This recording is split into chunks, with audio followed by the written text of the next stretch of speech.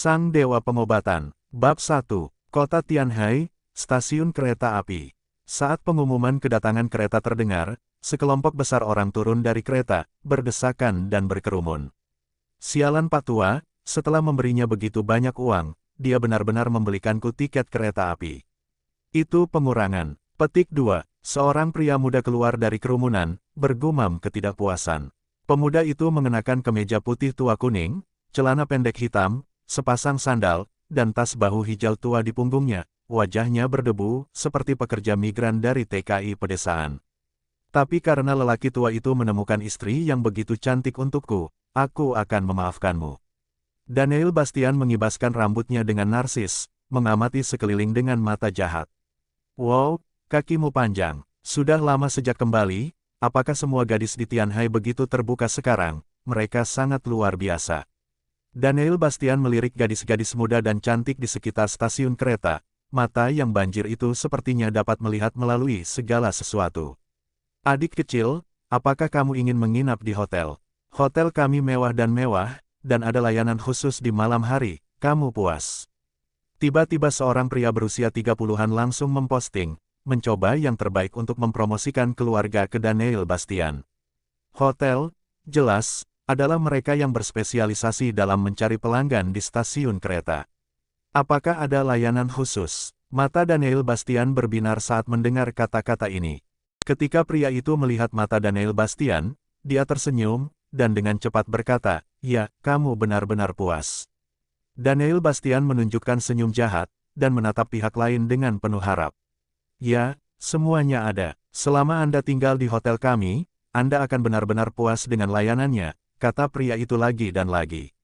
"Berapa harganya?" 1 kali 188, paket malam 666, penerbangan ganda 888. "Bagaimana dengan harganya? Apakah ada dolar?" kata Daniel Bastian tiba-tiba. "Karma, $1. Pria itu membeku sesaat. "Semua uang di tanganku diberikan kepada orang tuaku. Aku hanya membawa $1. Bagaimana menurutmu? Tapi jangan khawatir, aku tidak akan pernah memainkan senjata gratis. Aku bisa mengajari mereka keterampilan. Aku tahu 72 jenis keterampilan ranjang, benar-benar tanpa pengulangan," kata Daniel Bastian dengan percaya diri. "Aku tidak punya uang untuk dibicarakan, keluarlah, aku membuang-buang waktu." Segera, wajah pria itu berubah, dia mendengus dingin, berbalik dan pergi dengan marah, mencari target selanjutnya. "Cih, aku tidak tahu berapa banyak wanita dan wanita muda terkenal yang memberikan uang kepada pria tampan ini untuk belajar keterampilan, tapi pria tampan ini belum setuju," kata Daniel Bastian dengan jijik, dan berjalan keluar.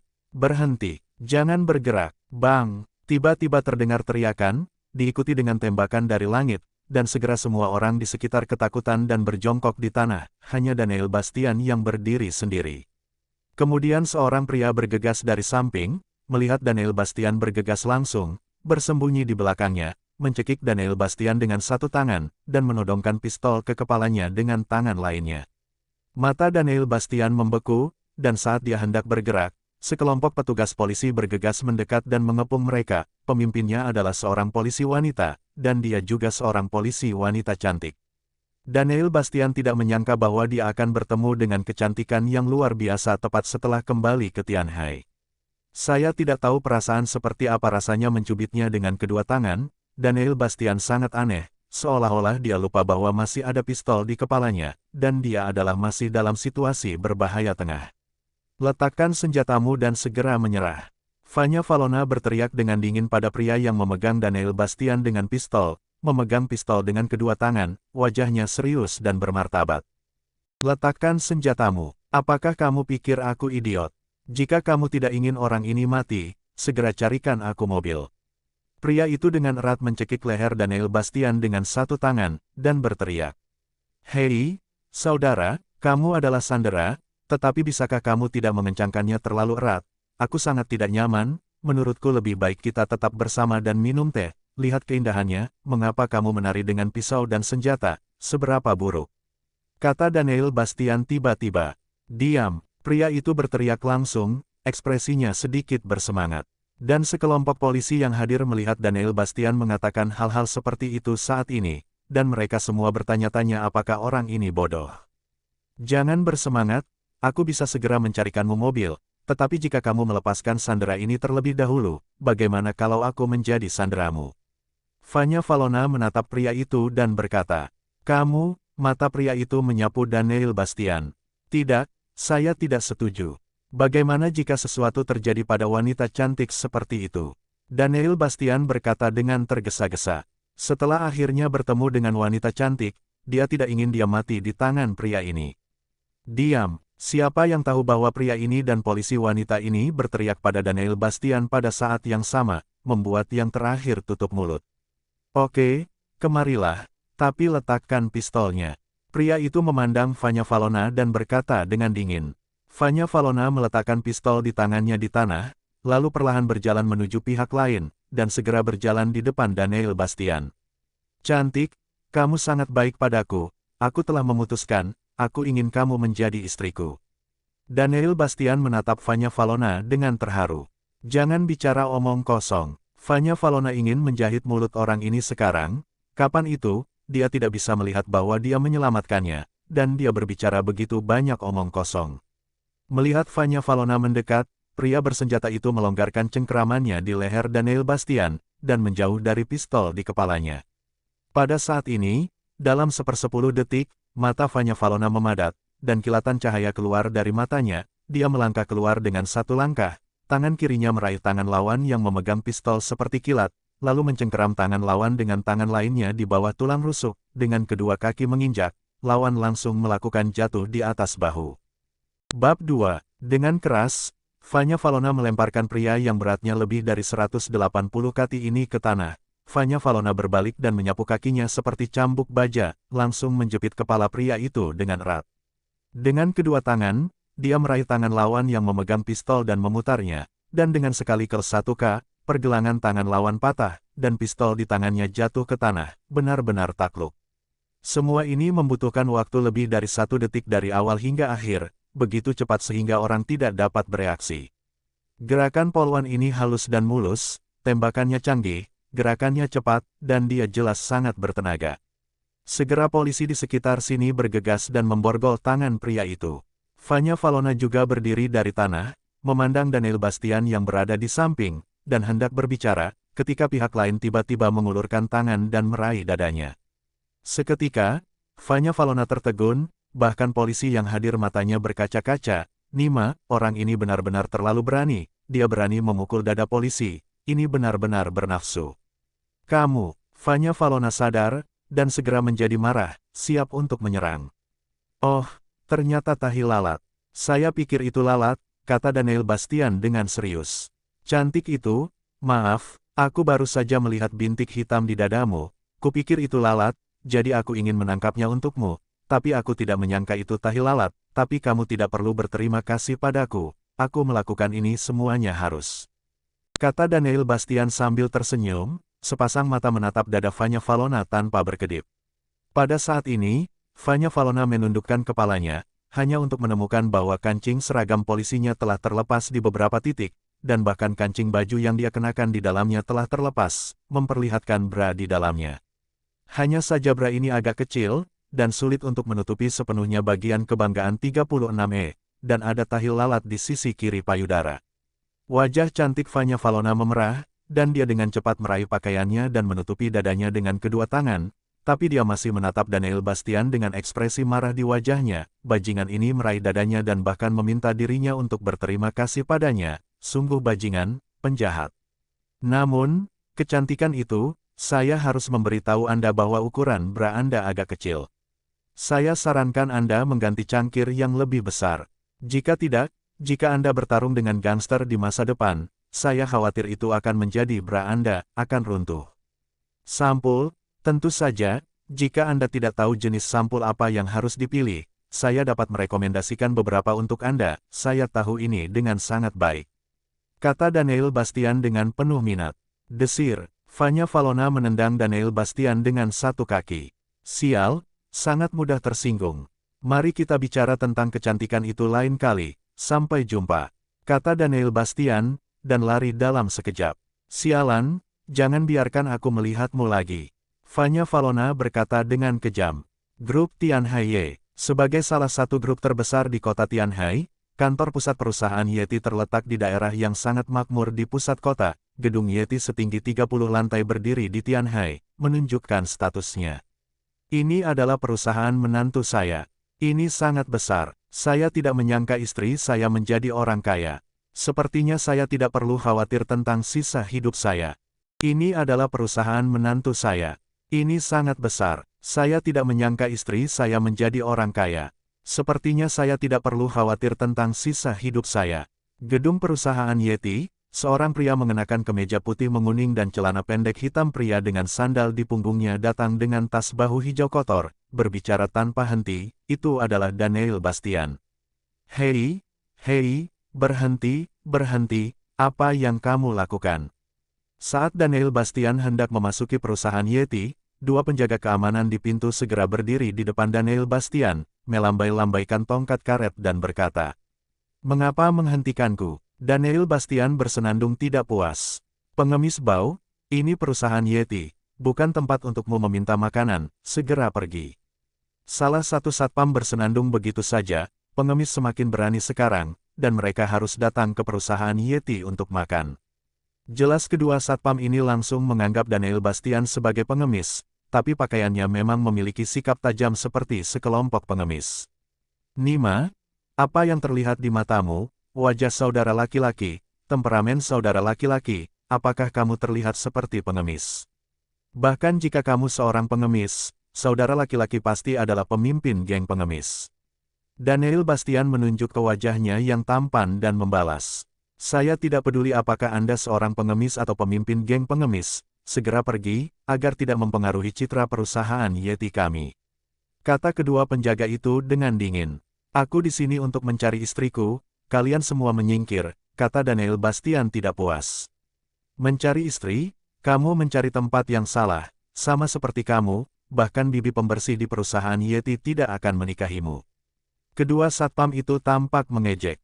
Pada saat ini, terdengar suara rem yang melengking, dan Audi A6 berwarna putih keperakan berhenti di depan pintu perusahaan Yeti.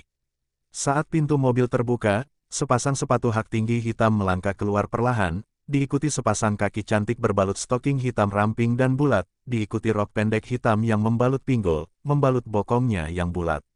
Lebih jauh ke atas adalah kemeja putih dengan setelan hitam kecil, pakaian wanita profesional, tinggi hampir 1,7 meter, sosok 36D, kecantikan mutlak, dan terakhir wajah yang anggun, putih, dan lembut. Dengan riasan merah muda, sepasang mata cerah dan berair di bawah alis Willow yang ramping, hidung lurus, dan lip gloss merah muda di bibir kemerahan, yang begitu berkilau sehingga orang ingin menggigitnya, dan hitam dan rambut lembut kasual menutupi bahu. Bab 3. Aku akan pergi, kaki panjang, pakaian indah, kecantikan Yuji. Skor ini benar-benar 99. Daniel Bastian memandangi kecantikan ini dengan temperamen Yuji, sosok tinggi, dan gaun all dengan ekspresi takjub. Ini keindahannya pasti tidak kalah dengan polisi kecantikan sebelumnya. Saat kecantikan ini menginjak sepatu hak tinggi hitam dan berjalan ringan di tangga teratai, aroma harum datang bersama angin, yang membuat orang merasa sedikit mabuk. Apa yang terjadi di sini? Sebuah suara dingin terdengar di telinga Daniel Bastian, dan wanita cantik Yuji datang, melirik Daniel Bastian, melihat pakaiannya yang seperti pengemis, sedikit mengernyit, dan melirik Daniel Bastian. Setelah meninggalkan keduanya penjaga keamanan, auranya sedikit kuat. Menghadapi kecantikan Yuji, kedua satpam itu tiba-tiba tampak ketakutan, dan berkata dengan cepat, "Manajer Kyu, maaf, orang ini datang entah dari mana, dan dia benar-benar mengatakan bahwa dia akan datang ke perusahaan Yeti untuk mencarinya. Menantu perempuan, ayo usir dia sekarang. Aku tidak ingin melihat hal seperti ini lagi di masa depan, jika Presiden mengetahuinya, kalian berdua akan kehilangan pekerjaan." Kata kecantikan Yuji, dan langsung berjalan menuju bagian dalam perusahaan Yeti. "Hei, aku tidak salah, aku baru saja datang untuk mencari istriku, dan nama istriku adalah Rizka Yeti." Daniel Bastian bergumam. Begitu Daniel Bastian mengucapkan kata, Rizka Yeti, kedua satpam itu tertegun, dan bahkan wanita cantik Yuji yang hendak memasuki gedung perusahaan Yeti berhenti di langkahnya, dan berbalik perlahan. Mari kita lihat Daniel Bastian. Pada saat ini, Daniel Bastian bergoyang, melewati dua satpam, berjalan cepat ke wanita cantik Yuji dan berkata sambil tersenyum, "Cantik, apakah kamu kenal istriku? Namanya Rizka Yeti, dan dia bekerja di perusahaan ini." Kamu bilang Rizka Yevi adalah istrimu?" Saudari Yu memandang Daniel Bastian dengan heran, bibir merah mudanya sedikit terbuka, terlihat sangat terkejut. "Tentu saja, tapi dia hanya tunanganku sekarang, tapi dia akan segera menjadi istriku." Daniel Bastian tersenyum menawan. "Seperti apa rupa Rizka Yeti?" Sister Yu bertanya tanpa sadar. Lihat, ini foto menantu perempuanku, lihat apakah dia sangat cantik, tapi kalian berdua sangat cantik." Daniel Bastian mengeluarkan foto dari tubuhnya, yang memperlihatkan seorang wanita berbaju hitam pakaian, dengan temperamen yang keren, dia terlihat sangat memukau. Hanya saja, ketika si cantik Yuji melihat sosok di foto itu, jantungnya berdetak kencang. Itu benar-benar, saat ini, kedua satpam itu datang dan kaget saat melihat sosok di foto itu. Bagaimana mungkin presiden mereka adalah menantu pengemis ini? Benar, wanita di foto ini adalah Rizka Yevi, presiden perusahaan Yeti mereka, salah satu dari 10 pengusaha muda teratas di kota Tianhai, dan bahkan salah satu wanita cantik di kota Tianhai. Haha, orang ini mengambil foto presiden dan mengatakan itu adalah istrinya. Ini sangat menggelikan, bahwa perusahaan Yeti kami adalah milik Anda. CEO adalah menantu perempuan Anda. Kedua penjaga keamanan itu langsung tertawa, dan menatap Daniel Bastian dengan nada menghina. Jelas di mata mereka, Daniel Bastian sudah menjadi orang yang sakit jiwa dengan masalah otak. Adapun wanita cantik Yu, yang tertegun sejenak, wajahnya yang cantik menjadi dingin, dan kilasan kemarahan muncul di matanya, dan dia berkata, "Di mana Anda mencuri foto ini, Satpam? Usir dia untukku." Kedua satpam itu melambai ke arah Daniel Bastian. Melihat Daniel Bastian meraihnya, tapi yang terakhir hanya melambaikan tangannya dengan santai, menyebabkan kedua satpam itu jatuh ke tanah dan berteriak. "Aku tidak gila, Rizka Yevi memang tunanganku. Jika kamu tidak percaya padaku, kamu bisa membiarkanku melihatnya, dan semuanya akan menjadi jelas," kata Daniel Bastian dengan ringan. Setelah menatap Daniel Bastian selama beberapa detik, Qiu Yuying berkata, "Apakah menurutmu aku akan mempercayai omong kosongmu? Sebaiknya kamu segera pergi, kalau tidak kami akan memanggil polisi dan mengirimmu ke rumah sakit jiwa. Tidakkah kamu percaya padaku? Sepertinya aku hanya bisa menemukan istriku sendiri." Daniel Bastian berkata tanpa daya, cahaya biru melintas di matanya, dia melirik ke gedung di depannya, dan tiba-tiba matanya menyala, menemukannya. "Aku akan mencari istriku, cantik, selamat tinggal," kata Daniel Bastian, dan bergegas ke gedung perusahaan Yeti. Tiba-tiba wajah Qiu Yuying berubah, dan dia tiba-tiba berteriak, "Kalian berdua cepatlah, beritahu seseorang, dan tangkap psikopat itu." Ya, kedua penjaga keamanan berhenti berteriak dan berdiri menahan rasa sakit, mengeluarkan walkie-talkie di tubuhnya dan berkata dengan cepat, "Dengar, saudara-saudara semua, seorang psikopat yang mengenakan kemeja putih dan celana pendek hitam masuk ke dalam gedung, segera memblokir semua pintu keluar, dan menangkapnya." Pada saat yang sama, grup Yip pada tanggal 20 lantai 8 gedung, ada ruang pertemuan besar, dan suasana di sini tampak sangat menindas dan bermartabat. Seorang wanita duduk di depan meja konferensi besar berbentuk oval. Pakaian all profesional hitam dengan erat membungkus sosok berbentuk S yang sempurna. Rambutnya yang hitam legam dan indah digulung tinggi, memperlihatkan lehernya yang ramping dan putih, kulitnya yang bisa dipatahkan oleh pukulan selembut putih telur, dan bibir merahnya selembut ceri. Ada warna dingin yang tersisa di antara alis, memberi orang perasaan bahwa orang asing tidak boleh masuk. Sepasang mata indah air musim gugur hitam dan putih memproyeksikan ketidakpedulian yang menolak orang yang jauhnya ribuan mil, membuat orang merasa bahwa duduk di sebelahnya adalah seperti duduk di depan bongkahan es, terasa dingin. Dia adalah Rizka Yeti, presiden perusahaan Yeti, salah satu wanita tercantik di kota Tianhai, dan seorang wanita kuat yang terkenal di kalangan bisnis Tianhai. Tetapi pada saat ini, mata dingin Rizka Yeti penuh dengan amarah yang dalam, dan dia memelototi sosok yang duduk di bawah tangan kanannya di depannya. Orang-orang ini semuanya mengenakan jas hitam, berusia sekitar 40 atau 50 tahun, dan menyendiri, dan mereka semua adalah direktur Dewan Direksi Perusahaan Yeti, dan mereka masing-masing adalah Hu Mingrui, pemegang saham terbesar ketiga perusahaan Yeti, dan Hu Mingrui, pemegang saham terbesar kelima pemegang saham Ni Tianming dan pemegang saham terbesar ketujuh Jiang Chundong. Ketiga orang ini semuanya adalah direktur tingkat veteran perusahaan Yeti, dan saham gabungan mereka telah mencapai 20%, kedua setelah saham yang dipegang oleh ketua perusahaan Yeti, Ye Tianxiong. Tapi hari ini, ketiga orang ini memanfaatkan Ye Tianxiong, ketua perusahaan Yeti, untuk memaksa istana bersama, dan ingin mencopot Rizka Yeti dari posisi presiden perusahaan Yeti. Presiden Yeti, meskipun kami tidak menyangkal bahwa Anda telah membawa banyak keuntungan bagi perusahaan Yeti dalam beberapa tahun terakhir ketika Anda menjadi presiden perusahaan Yeti, tetapi Anda telah melakukan reformasi drastis pada grup Chu dalam beberapa tahun terakhir, dan memperluas perkembangan perusahaan Yeti di berbagai bidang. Perkembangan industri Ye terlalu besar, yang menyebabkan perusahaan Yeti menjadi kuat di luar dan melakukannya dengan baik. Sejumlah besar dana dari perusahaan setiap bulan, mengatakan bahwa Anda berinvestasi dalam proyek penelitian sampai sekarang selama lebih dari 2 tahun, kami bahkan belum melihat bayangan proyek tersebut, jadi kami sangat meragukan kemampuan kepemimpinan Anda. Petik 2. Hu Mingrui menatap Rizka Yeti dan berkata begitu saja. Bab 4. Itu benar. Di masa lalu, kami setuju denganmu untuk menjadi presiden keluarga Yeti. Itu karena ketua bertanggung jawab atas keseluruhan situasi.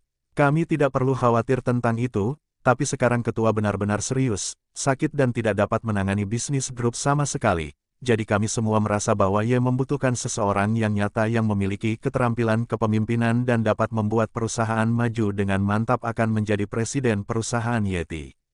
Pemegang saham terbesar kelima Dewan Direksi perusahaan Yeti, juga berkata dengan dingin. Untuk sementara, hampir sepertiga orang di ruang konferensi setuju untuk memberhentikan Rizka Yeti sebagai presiden, dan sisanya diam, atau berdiri di sisi Rizka Yeti dan menyatakan ketidaksetujuan mereka untuk memberhentikan presiden. Kalian benar-benar bajingan. Sekarang ketua sakit parah, kamu tidak ingin menstabilkan perusahaan Yeti, dan kamu benar-benar bergabung di sini untuk memaksa istana memecat presiden Yeti. Apa niatmu? Pria parubaya di sebelah kiri Rizka Yeti menatap Hu Mingrui dan yang lainnya dengan marah, dan dia adalah Hu Ping, pemegang saham terbesar keempat dari keluarga Yeti, dan seorang direktur pemegang saham yang selalu setia kepada Rizka Yeti. Kami melakukan ini untuk menstabilkan perusahaan dengan lebih baik. Ketua sakit parah. Sekarang Ni Yeti dalam kekacauan dan harga saham jatuh. Kami membutuhkan orang yang benar-benar bijaksana dan kuat untuk mengendalikan perusahaan dan memimpin Ni Yeti melalui ini. Ini krisis. Jiang Chundong, direktur pemegang saham terbesar ketujuh Yeti, berkata tanpa sadar. Aku tidak tahu siapa orang bijak dan kuat yang kamu bicarakan, siapa yang bisa memimpinmu. Rizka Yeti, yang diam pada saat ini, akhirnya berbicara, wajahnya dingin, matanya bersinar dengan rasa dingin yang mengancam, dan dia memancarkan aura yang kuat. Kita semua setuju bahwa Wakil Presiden Yeti sangat cakap. Apalagi, Wakil Presiden Yeti adalah putra dari ketua dan pemegang saham terbesar kedua di keluarga Yeti. Dia telah mempelajari dan mengelola perusahaan bersama ketua selama lebih dari 10 tahun. Dia sangat mampu memimpin perusahaan kami. Keluar dari palung ini, kata Hu Mingrui langsung, melihat sosok pertama di sebelah kiri Rizka Yeti. Sosok ini adalah seorang pria parubaya dengan wajah persegi dalam jas dan wajah lembut. Itu adalah paman Rizka Yeti, Songming Yeti, wakil presiden perusahaan Yeti. Desir, mata seluruh ruang pertemuan tertuju pada Songming Yeti, dan mata Rizka Yeti juga menoleh ke pamannya, dan dia berkata dengan enteng, Wakil Presiden Yeti, apakah menurut Anda saya tidak cocok untuk memimpin keluarga Yeti? Songming Yeti adalah malu sambil tersenyum, dia berkata, Rizka Yeti. Tolong panggil aku presiden di perusahaan, kata Rizka Yeti dengan suara yang dalam. Songming Yeti berkata dengan ekspresi malu, Presiden, kami tidak menyangkal kemampuan Anda, tetapi seperti yang dikatakan beberapa direktur, ketua sakit parah sekarang, dan hati Ye tidak stabil. Lagi pula, Anda masih muda dan kurang pengalaman. Untuk benar-benar mengendalikan perusahaan tidak baik untuk Ni Yeti, meskipun saya sangat enggan hal seperti ini terjadi hari ini, tetapi semua orang melakukan ini demi kebaikan Ni. Petik 2. Benar, kita semua melakukan ini untuk Nyonya Yeti baik-baik saja, kata Ni Tianming dengan benar. Sepertinya kamu akan memaksaku untuk meninggalkan posisi presiden perusahaan Yeti hari ini. Rizka Yeti berdiri dan berkata dengan suara dingin. Ledakan, Siapa yang berani menggertak istriku? Tiba-tiba, pintu ruang pertemuan ditendang terbuka, dan terdengar suara dingin. Seorang pemuda masuk dengan tas bahu hijau, matanya dingin, dan dia menyapu matanya. Pandangan semua orang yang hadir membuat hati semua orang bergetar, mata orang ini sangat menakutkan. Orang yang masuk ke ruang konferensi secara dominan adalah Daniel Bastian. Kamu siapa? Beraninya kamu masuk tanpa izin ke ruang pertemuan perusahaan Yeti. Ni Tianming segera menamparkan meja dan berdiri, menunjuk Daniel Bastian dan berkata dengan marah. Sudut mulut Daniel Bastian tersenyum, dia berjalan perlahan, datang ke Ni Tianming, dan berkata dengan ringan, kamu adalah orang yang menggertak istriku barusan, kan? Melihat Daniel Bastian berdiri di depannya, Ni Tianming merasakan aura tak terlihat menindasnya, membuatnya takut. Bentak, tepuk tangan meriah terdengar tiba-tiba. Daniel Bastian menamparkan pemegang saham terbesar kelima perusahaan Yeti dengan tangannya, kacamata yang dikenakan Ni Tianming diterbangkan, dan dia langsung buta, dengan cetakan tamparan yang sangat jelas di wajahnya. Kamu, Ni Tianming menunjuk Ye Luo dengan jari gemetar. Bentak, tamparan lain dilempar keluar, dan Ni Tianming juga memiliki bekas tamparan di sisi lain wajahnya, dan dia jatuh ke tanah. Kamu bahkan tidak bisa berbicara dengan jelas, namun kamu masih berani menggertak istriku. Kamu benar-benar tidak ada, kan? Daniel Bastian melengkungkan bibirnya dan mendengus. Pada saat ini, orang-orang di seluruh ruang pertemuan tercengang oleh pemandangan yang tiba-tiba ini, dan mereka tidak bereaksi untuk waktu yang lama.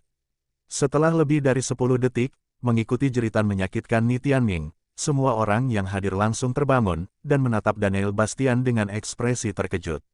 Nima, dari mana orang berpakaian pengemis ini berasal? Dia benar-benar menabrak pemegang saham terbesar kelima di grup mereka. Ini benar-benar gila, tetapi hal-hal yang lebih gila lagi masih menunggu mereka. Berani, siapa kamu? Anda tidak hanya melanggar Dewan Direksi Perusahaan Yeti saya, tetapi Anda juga secara terbuka memukuli para pemegang saham perusahaan Yeti saya. Anda benar-benar berani, segera hubungi polisi, dan hukum bajingan ini dengan berat. Duduk di sebelah Ni Tianming, Hu Mingrui tiba-tiba berdiri, dia menunjuk Daniel Bastian dan berteriak dengan amarah di wajahnya, ekspresinya sangat marah. Daniel Bastian memiliki senyum jahat di sudut mulutnya, dan matanya yang dalam dan cerah menyapu ke arah Dong Mingrui. Baru saja kamu berteriak bahwa menantu perempuanku tidak kompeten, dan kamu ingin mencabut posisinya sebagai presiden, kan? Apa, menantu yang dibicarakan orang ini adalah presiden? Ini akhir dunia hari ini, apakah dunia ini gila? Apakah orang ini dari rumah sakit jiwa? Mendengar kata-kata Daniel Bastian, orang-orang di ruang konferensi ini terkejut lagi, dan menatap Daniel Bastian dengan mata bodoh yang tidak bisa dipercaya. Warna aneh melintas di mata dingin Rizka Yeti, dan matanya yang indah menatap Daniel Bastian, bersinar dengan cemerlang. Haha, ini konyol, Rizka Yeti akan menjadi istrimu. Apakah kepalamu tersangkut di pintu? Hu Mingrui mencibir, matanya penuh sarkasme. Bentak, tepuk tangan meriah ketiga bergema di ruang konferensi, dan Hu Mingrui juga ditampar oleh Daniel Bastian di wajahnya, dan dia dipukuli berulang kali, sudut mulutnya berlumuran darah, dan dia dikelilingi oleh lingkaran. Kepalamu tertangkap di pintu. Beraninya kau mengatakan itu, saudaraku, dan menggertak istriku. Kamu pantas dipukul, kata Daniel Bastian, menyingsingkan lengan bajunya, dan hendak memukuli pria ini, untuk memberitahu dia betapa kuatnya dia. Bab 5. Berhenti. Tetapi pada saat ini suara dingin Rizka Yeti terdengar, Daniel Bastian segera menghentikan tindakan memukuli Hu Mingrui dengan kasar, dan menatap Rizka Yeti di depannya dengan senyuman di wajahnya. Kulit putih dan cantik, dengan sosok yang luar biasa, payudara besar, pinggang tipis dan bokong ramping, dia benar-benar 100% cantik luar biasa. Saya tidak menyangka lelaki tua itu begitu dapat diandalkan kali ini. Dia menemukan saya begitu cantik istriku. Sepertinya aku harus kembali kapan-kapan. Temukan dia beberapa wanita muda berkualitas untuk menghibur pria tua ini. Petik 2. Daniel Bastian memindai Rizka Yeti bola-balik dengan sepasang mata, matanya menunjukkan ekspresi kegembiraan yang tak tertandingi, dan dia terus menelan ludah. Melihat mata jahat Daniel Bastian terus-menerus mengukur tubuhnya, Rizka Yeti sedikit mengernyit, wajahnya menjadi sedikit lebih dingin, dan dia melirik Daniel Bastian dengan sedikit jijik, dan berkata, jangan pukul aku lagi. Hukum? Karena jika Anda mengatakan tidak lebih, maka saya akan mengampuni Anda, orang tua, Ingat Anda harus berterima kasih kepada istri saya, jika tidak, Anda mungkin akan berbaring di ranjang rumah sakit dalam beberapa bulan. Daniel Bastian melirik Hu Mingrui dan mengerang. Aku bukan menantu perempuanmu. Mendengar Daniel Bastian memanggil menantunya lagi dan lagi, wajah Rizka Yeti sedikit tidak senang, dan dia berkata dengan dingin. Bagaimana mungkin? Penglihatan kakak sangat bagus. Bagaimana dia bisa salah mengira istrinya? Bukankah namamu Rizka Yeti, dan bukankah foto ini milikmu? Petik 2. Daniel Bastian berkata dan mengeluarkan foto yang ditunjukkan Qiu Yuying sebelumnya. Foto ini diberikan kepada Rizka Yeti. Melihat foto dirinya di tangan Daniel Bastian, ekspresi Rizka Yeti sedikit kental, matanya berkedip dingin saat dia menatap Daniel Bastian. Sebuah foto tidak berarti apa-apa, aku sama sekali tidak mengenalmu, dan aku tidak pernah punya suami. Menantu perempuan, orang tua saya memberitahu saya bahwa Anda milik istri saya, dan bahwa dia dan kakek Anda membuat akad nikah. Ini akad nikah, dan tanda tangan kakek Anda ada di situ. Petik 2, kata Daniel Bastian dan mengeluarkannya dari tas bahunya lagi. Secarik kertas menguning diproduksi dan diserahkan kepada Rizka Yeti. Melihat buku pertunangan ini, wajah Rizka Yeti berubah. Ini memang akad nikah, dan ada 3 karakter besar Ye Tianxiong di atasnya, yang persis tulisan tangan kakeknya. Mungkinkah semua ini benar? Mustahil. Rizka Yeti langsung menyangkal, bagaimana mungkin Rizka Yeti tiba-tiba punya tunangan, dan pria yang terlihat seperti pengemis itu sama sekali tidak mungkin. Tidak peduli apa yang dipikirkan Rizka Yeti, semua orang di ruang konferensi memperhatikan kedua orang ini saat ini, dan mereka tidak bisa menahan keterkejutan. Rizka Yeti, presiden perusahaan Yeti yang bermartabat dan presiden komunitas bisnis kota Tianhai yang paling glamor, memiliki seorang suami, ini jelas merupakan berita yang sangat eksplosif. Rizka Yeti, apakah ini benar? Songming Yeti juga berdiri saat ini, matanya sedikit terfokus, bersinar dengan cahaya. Pada saat ini, sekelompok orang di luar ruang pertemuan bergegas masuk, dipimpin oleh Qiu Yuying, diikuti oleh sekelompok petugas keamanan dari Departemen Keamanan Perusahaan Yeti. Presiden, Qiu Yuying masuk, menatap Rizka Yeti, dan kemudian melihat Daniel Bastian berdiri di samping Rizka Yeti. Ekspresinya berubah, dan dia tiba-tiba berkata, itu dia, cepat tangkap dia. Sekelompok penjaga keamanan segera dia bergegas berakhir, memegang tongkat karet, siap untuk menjatuhkan Daniel Bastian, bajingan yang masuk tanpa izin ke perusahaan Yeti. Kalian sangat berani. Aku suami presidenmu. Kamu berani melakukan sesuatu padaku. Apakah kamu mencoba memberontak? Petik 2. Daniel Bastian melengkungkan bibirnya dan mendengus. Sekelompok satpam semuanya tertegun dalam sekejap, mata mereka menunjukkan ekspresi keheranan, mereka saling memandang, dan beberapa tidak bereaksi. Jangan bicara omong kosong, aku tidak ada hubungannya denganmu. Wajah Rizka Yeti muram, dan dia menatap Daniel Bastian dengan acuh tak acuh, diam-diam berpikir bahwa pria ini benar-benar brengsek. Apakah Anda sekelompok penjaga keamanan yang tidak punya apa-apa untuk dimakan? Anda benar-benar membiarkan orang gila masuk dan melukai saya dan Direktur Ni. Apakah Anda masih ingin melakukannya? Segera tangkap bajingan ini, panggil polisi, dan kirim dia ke kantor polisi. Hu Mingrui menutupi wajahnya yang dipukuli, menunjuk ke arah Daniel Bastian dengan marah dan berteriak. Sebagai pemegang saham terbesar ketiga dari perusahaan Yeti yang bermartabat dan direktur tingkat tinggi perusahaan Yeti, Hu Mingrui belum pernah dipukuli seperti ini sebelumnya, dan dia masih berada di dewan direksi. Ini sangat memalukan baginya. Meskipun pria ini mengatakan bahwa dia adalah tunangan Rizka Yeti, tidak ada yang percaya sama sekali, bagaimana mungkin Rizka Yeti, yang merupakan putri kebanggaan keluarga Yeti, memiliki tunangan yang berpakaian seperti pengemis dan pekerja migran. Hei, orang tua, kamu belum dipukuli, kan? Apakah kamu masih ingin aku menamparmu lagi? Daniel Bastian melirik Hu Mingrui dari kejauhan. Pada saat ini, sekelompok penjaga keamanan telah mengincar Daniel Bastian, dan mereka sangat terkejut, sungguh gila bahwa orang ini berani memukul pemegang saham terbesar ketiga keluarga Yeti. Qiu Yuying tidak menyangka orang ini melakukan hal seperti itu, orang ini tidak bisa benar-benar keluar dari rumah sakit jiwa. Presiden, saya sudah memanggil polisi, dan polisi akan segera datang. Qiu Yuying menatap Rizka Yeti, dan sekarang semuanya hanya bisa diputuskan oleh Presiden. Wajah Rizka Yeti acuh tak acuh, dan matanya tertuju pada Daniel Bastian. Apakah kontrak pernikahan ini benar atau tidak? saya tidak akan memiliki hubungan apapun dengan Anda, jadi Anda tidak perlu memikirkannya. Merindukan menantu perempuan yang cantik dan kaya. Daniel Bastian melengkungkan bibirnya, menarik kursi dan duduk dengan santai, menatap semua orang dengan ekspresi bingung. Bajingan, jatuhkan orang ini sebelum kamu bergerak. Ni Tianming bereaksi pada saat ini, wajahnya sudah bengkak, dan matanya menatap Daniel Bastian dengan kebencian yang kuat. Pergilah. Pada saat ini, Haley, wakil direktur Departemen Keamanan, akhirnya berkata, sekarang dua pemegang saham utama keluarga Yeti telah dipukuli. Jika dia tidak melakukan sesuatu, saya khawatir miliknya jabatan sebagai wakil direktur akan dikosongkan besok. Mengikuti kata-kata Haley, sekelompok penjaga keamanan bergegas menuju Daniel Bastian serempak. Aku tidak pernah suka melakukan apapun.